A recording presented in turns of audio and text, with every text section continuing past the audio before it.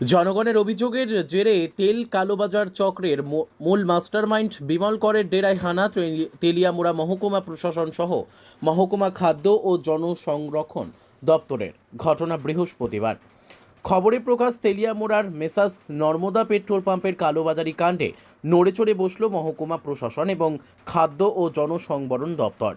বৃহস্পতিবার দপ্তরের তরফ থেকে এই পেট্রোল পাম্প পরিদর্শন করে ঘটনার পুঙ্খানুপুঙ্খ তদন্ত করা হয়। এই পরিপ্রেক্ষিতে সংবাদ মাধ্যমের সাথে অভিমত প্রকাশ করতে গিয়ে খাদ্য দপ্তরের উপনিয়ামক শুভঙ্কর চৌধুরী বলেন, তেলিয়ামুড়ার মেসার্স নর্মদা পেট্রোল পাম্পের বিরুদ্ধে বোতলে করে পেট্রোল কালোবাজারির অভিযোগের প্রাথমিক সত্যতা পাওয়া গেছে এবং ম্যানেজার নিজেও এই বিষয়ে স্বীকার করেছেন। গোটা বিষয় নিয়ে সমস্ত অভিযোগ এবং তথ্য প্রমাণের ভিত্তিতে মহকুমা শাসকের কাছে লিখিত আকারে রিপোর্ট জমা হচ্ছে, এমনটাই জানিয়েছেন শুভঙ্কর বাবু।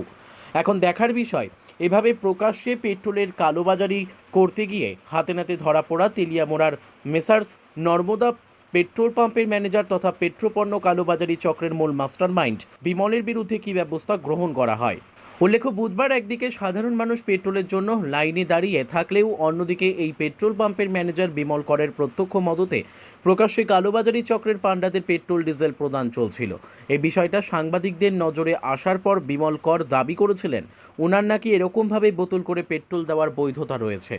যতটুকু খবর, বিমল কর এদিক ওদিক ম্যানেজ করে ঘটনা ধামাচাপা দেওয়ার চেষ্টা করছেন, যদিও প্রশাসন যথেষ্ট নড়েচড়ে বসেছে বলে খবর।